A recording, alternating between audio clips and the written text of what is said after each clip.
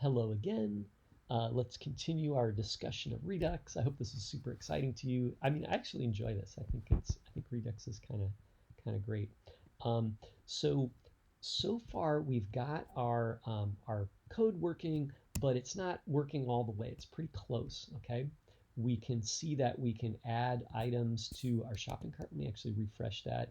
You can see if I add a couple items to the shopping cart, you can see that it shows me, it adds an item to the cart. And if that item already exists, it bumps the quantity up. If you click a new item, it adds a new item to the cart. And if it matches that value, it adds one to the cart this way, right? So you can see here I added a third item, but it has a quantity of 1, right? If I click on this last item here, you can see that it bumped the quantity from 7 to 8, okay? So that's working. Now we just got to get our cart to look at the items here, okay? Before it was just looking for integers, right? So that's why they're not showing up here, right? That's going to fail. So let's go find our shopping cart component, right? So this guy is like this component here, not shopping cart item, but shopping cart itself. This component is responsible for displaying those shopping cart items, okay? So what happened here? Well, our state looks like this, right? It's an array of objects, right? And when we use selector, this returns the state to us, right? And actually, this is just a piece of state. So this is actually stored on shopping cart, right? On state. So when we get to state.shoppingcart, it's going to give us this array because the shopping cart reducer is responsible for this piece of the state. So cart for us is, this array that we see right here, okay? So our goal is to turn that into some shopping cart item components.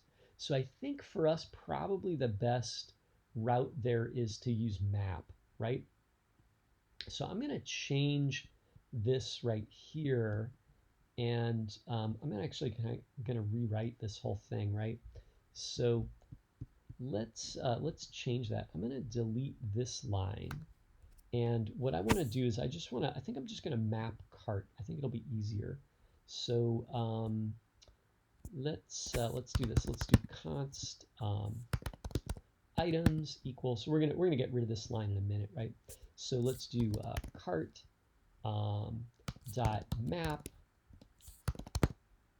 right? And our item right here should be, this item should be the object with the ID and the quantity, right? And it's going to take us more than one line of code, right? So I'm going to put a line right here. And what we need to do is, and let's pseudocode this out, right? I'm going to comment that one for now. So what we need to do is we need to look up the item in the data. So that way we can get its name and its price, okay?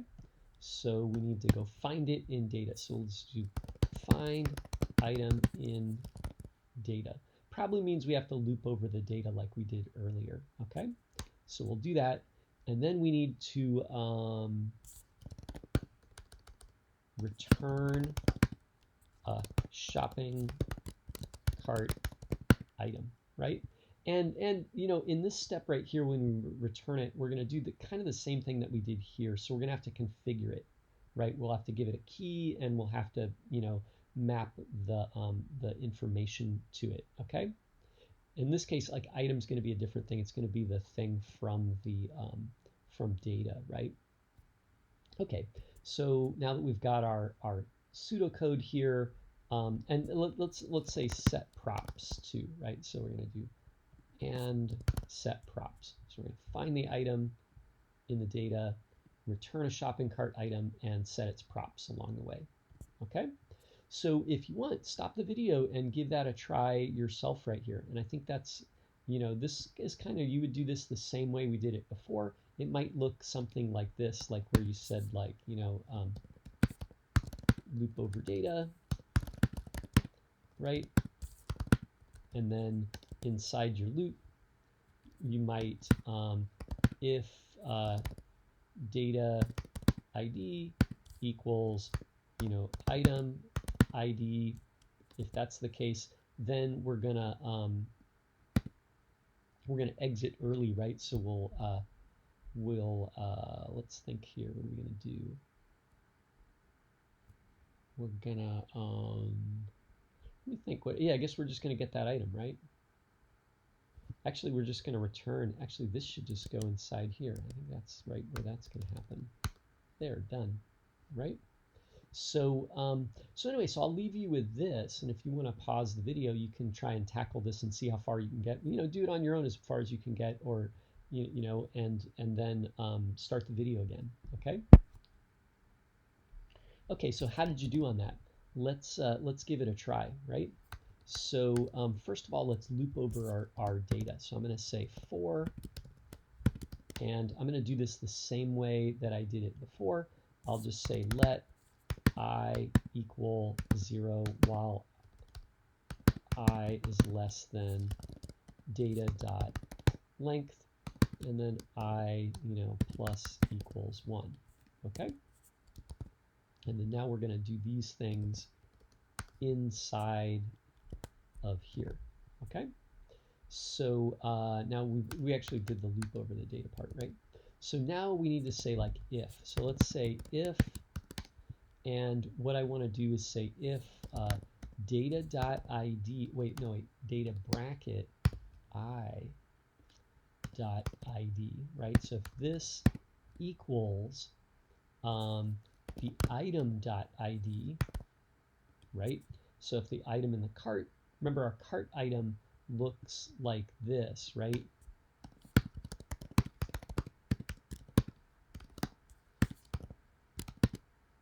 It's got like some number, and then it has a quantity, right?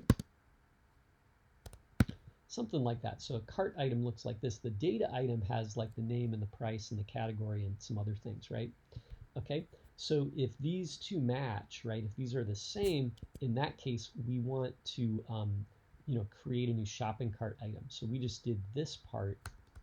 Now we want to do this, right? So this is going to happen right here, right?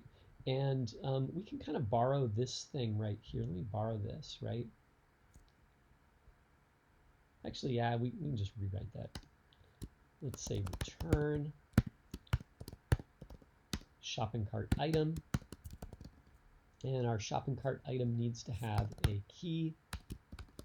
And our key can be the ID. I feel like I should do some deconstruction here, you know. Well, actually, let's make this, I forgot the backticks, right? Let's make that a template string. So we'll just say item, right? And then we need to get all of our data right here. So data for us, item would just be the quantity, right, and the ID, but we actually want the data.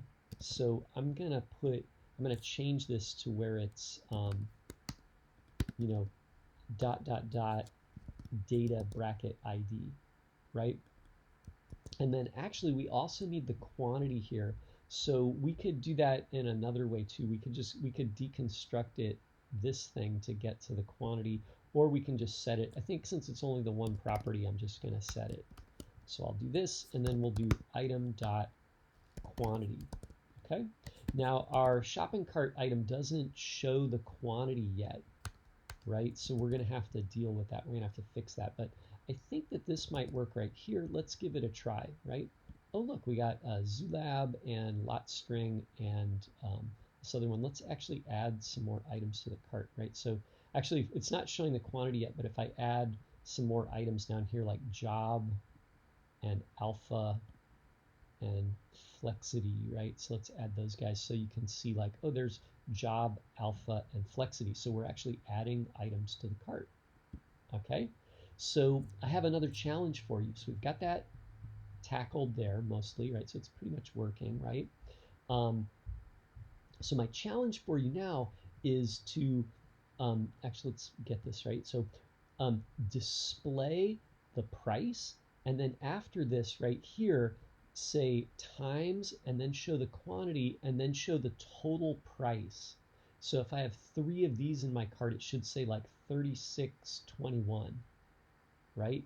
If my math is correct, right? Okay, or if I did two of these, it would be like 103.44, I think, or 203.44, right?